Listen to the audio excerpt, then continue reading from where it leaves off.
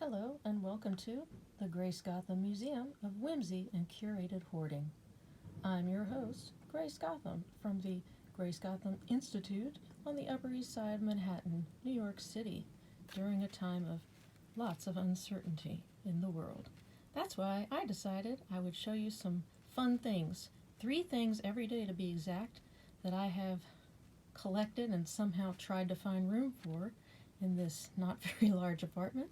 And I thought it might help you, A, realize that you probably don't even have as much stuff as you think you do, and B, think of something else besides the news of the day. So, the first item I'd like to show you is the following. This is a beautiful little satchel. It's made of silk. I got it from an estate that I bought. A fairly well-known vocal coach who I'm sure was probably a burlesque performer in her for her other job. I'm guaranteed because of some of the stuff I have from her.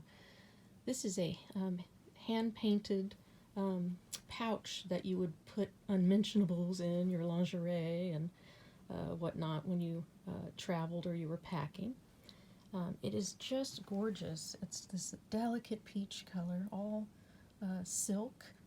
It's in amazing condition, and as you can see, there are hand paintings of little bits of lingerie hung out on a clothesline, and it is so finely done. It has a little texture, you can feel it. This was for sale at my shop for a long time, and for whatever reason no one ever bought it, so when I ultimately closed due to some weird glitch with the Department of Buildings, long story, but it wasn't for lack of doing well. It's just because my space had a ceiling 3/4 inches too low. I decided to keep it, and it has been with me ever since. I'm going to open it up so you can see the inside. It's so pretty. Isn't it nice? It's got this sort of like shimmer, silvery, quilted silk in here. And instead of unmentionables, I have my summer ties. That's right, my summer ties. And let's see, I know you probably care about a tag. The tag on here says, gosh, my vision has gotten bad. L. Burl Delineator, New York, Paris. So I'll zoom in on that just in case anyone is particularly interested. Isn't that lovely, though? Just a lovely little tidbit. And it belonged to this woman, and I like to think her sister actually sold a lot of her clothing and accessories to me, and I like to think, after she passed away, and I like to think that she knows that I really appreciate this, and I hope you do too. Number 2 also comes from an estate that I bought, a different person.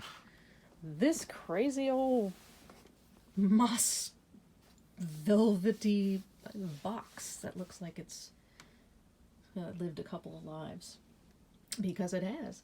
The estate that I bought for this, the whole wardrobe of a woman who was 101 when she passed away, and that was in 2001. So that means she was 20 in the 20s, 30 in the 30s, 40 in the 40s. And this box came with the estate. There were a lot of things that I wasn't really looking for, but then her son was just like, I don't know what we're going to do with this. You have a business, and I'd love for it to go to somebody who appreciates it. So I'm like, what's in this shaggy box? And I open it, and it's just a treasure trove of buttons that were clearly cut off of items from the 20s and 30s, 40s. So there's entire sets of certain buttons. Some of them I have actually sewn onto hats that I created, so not all of them are here, but look at these fabulous buckles that was probably on a 1920s dress. See? Look at that. Oof, lovely. Little tiny buttons. There's just so much here. Beautiful. What else? These. This is a set that I love. It's pink and rhinestone, and it's a closure. It's hard to do this one-handed. A closure for, like, you know, a belt or a dress or whatever. Let's see if I get that to stay. Isn't that lovely? Oof. And it might, it's hot pink, so you might think it's red, but it's hot pink. Isn't that beautiful? Another couple of sets of things that I thought you might enjoy from this box are an entire set of automobile buttons. Aren't they as cute? Automobile. And an entire set of sort of pasties with tassels sort of buttons. Aren't those amazing? They're like little drawer pull type buttons. And, you know, I'm always waiting for just the right thing to come around before I use something, but it's not going anywhere. It's just something I thought you would appreciate for those of you who love stuff like that.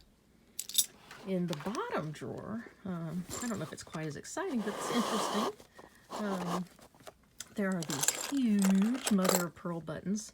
Several of these I've put on a hat, so I have more than one. They're so beautiful. Intricate.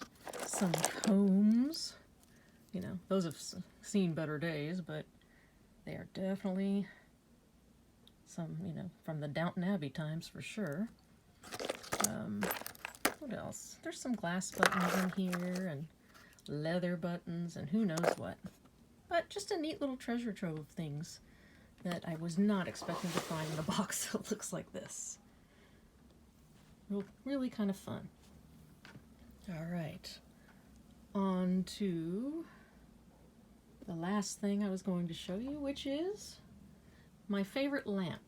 It's got some jewelry hanging from it though.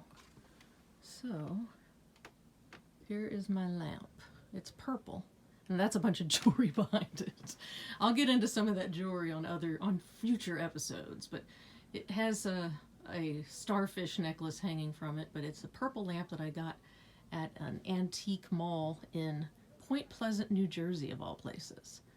And yes, my nightstand is a mess, but I want to be real around here, and the only reason that you're not seeing me is because I have to stop the video and then make a new video of my face, and I haven't figured out how to do that yet, because I'm Generation X, and I don't know why I would know how to do that.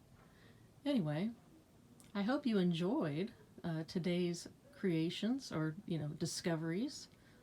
And I will be back tomorrow with 3 new things. And they won't always be clothing or accessories. It's a lot of stuff.